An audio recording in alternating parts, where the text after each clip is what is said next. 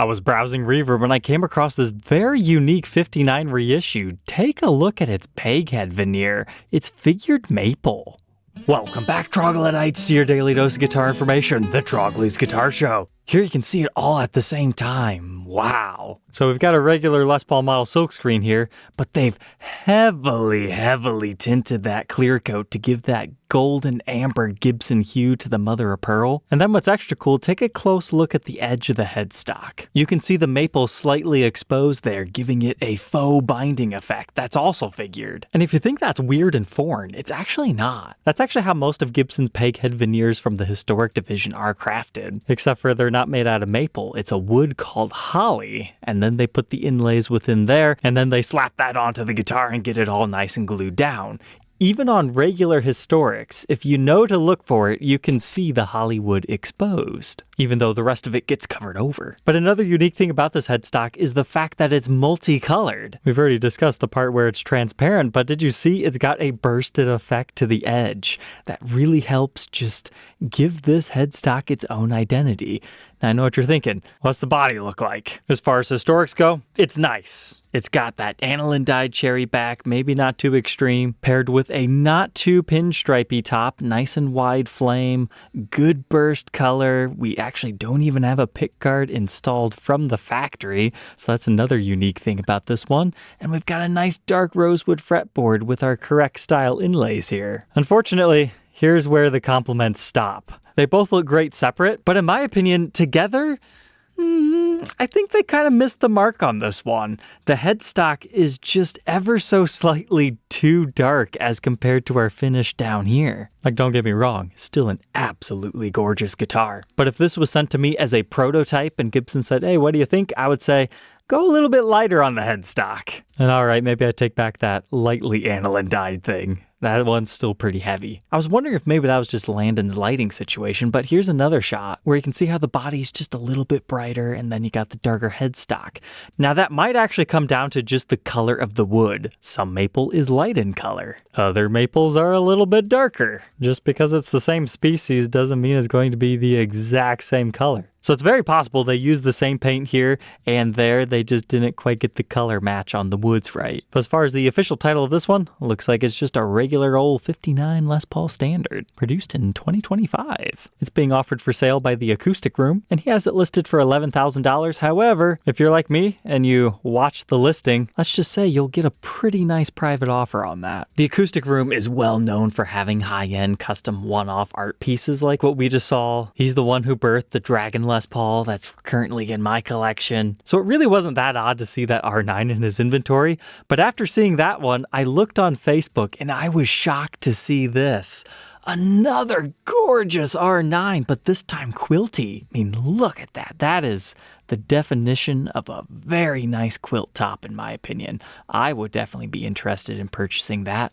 But do you notice what's different about this one that gets it featured in tonight's episode? Abalone inlays. I mean, can we even call it a reissue anymore? Because there's no 59s that utilize that much, is for sure. But now let's come up to the headstock. Sure enough, there were at least two made. This one was actually posted by a Gibson employee, so I wonder if it's actually him who had this run of them done and then he wanted to secretly buy one. I wanted to see the headstock even closer though, and thankfully, I think he posted a photo of this in the comments section, but he's got his own custom truss rod cover on it with his name. I'm slightly blurring it for his privacy, just in case he doesn't want to be shouted out. But this time, to match the top, it's a quilted headstock veneer. That is insane. I've seen the flamed ones often enough, but quilts? That might be a new one on me. And then he must be a super fan of abalone, because look at our Gibson logo. Very nice, Tim. That is one you can definitely be proud of. And just like the last one, no pickguard at all. I'm really interested in your guys' thoughts. Do you think changing the headstock veneer to figured maple makes this not be able to be called a reissue? Same thing with the abalone inlays. I mean, everything else is there. They just fancified it a little bit. I suppose you could also make the argument that not having the pickguard installed is also not very reissue-like. But since we've got some time left tonight, it's always fun to see what this guy's got in his shop. This one shocked me because I swear that's the cheapest thing I've ever seen in his store. Many of his creations are 5 figures plus, sometimes even 6, but this is a gorgeous SG Les Paul Custom. I mean, look at that nice dark blue flame top. Reminds me of some of the early SG Supremes. However, it's got more to it than just that.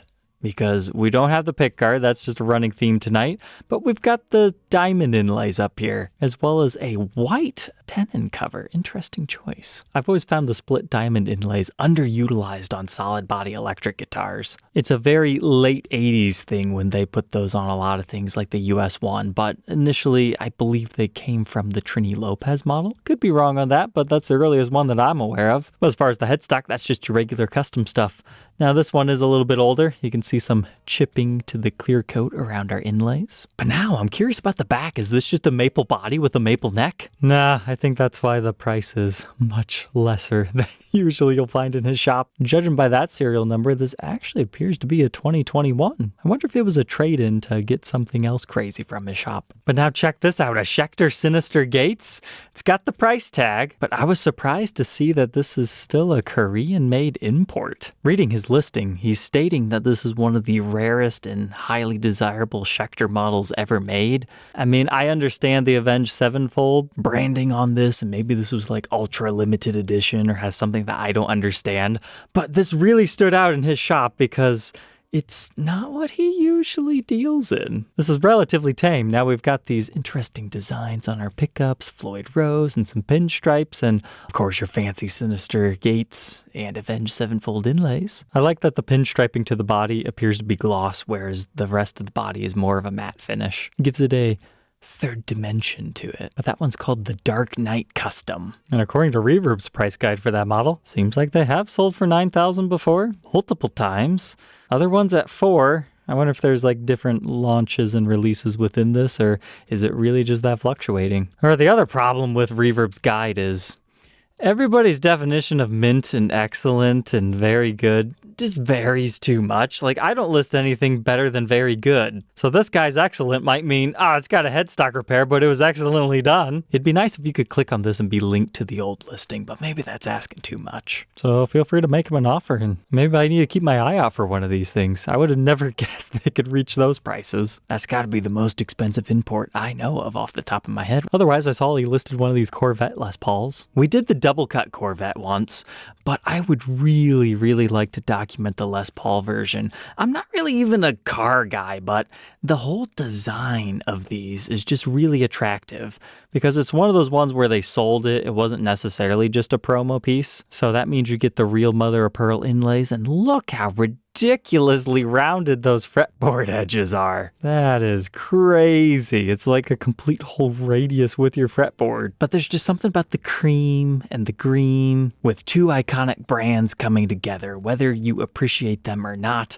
But ouch, looks like something has discolored our finish back here. And that's definitely a stand rash. That's a problem. Sometimes car guys will get these and they don't realize that, nitro finish doesn't like stuff like that. And it's got at least one chip up here. I'm sure you could get that touched up by the right paint shop, though. And look at that. We even have the original receipt for $3,000. But that's the manager special price on the guitar and case. The note is interesting. We want the business more. Okay, I see. They're saying, hey, we want your business more than the other shop. My name's Dave and I'll take care of you. But you know what? I always thought this was a multi-dimensional thing. But what it looks like is you just have this raised section of this metal tubing, perhaps. And then is the white flat? Maybe it would help if I've actually seen this car in person. But that does indeed seem to be close to what it is. I always thought this white section was just completely raised, but it seems like maybe that's actually just scooped down. Okay. I guess now that we know to look for it, you can see the stand rash over here too. A little bit of finish checking by the knobs. But all right, Troglodytes, I think that's enough fun for tonight. I hope you enjoyed, and we'll catch you tomorrow on the next one. Take care.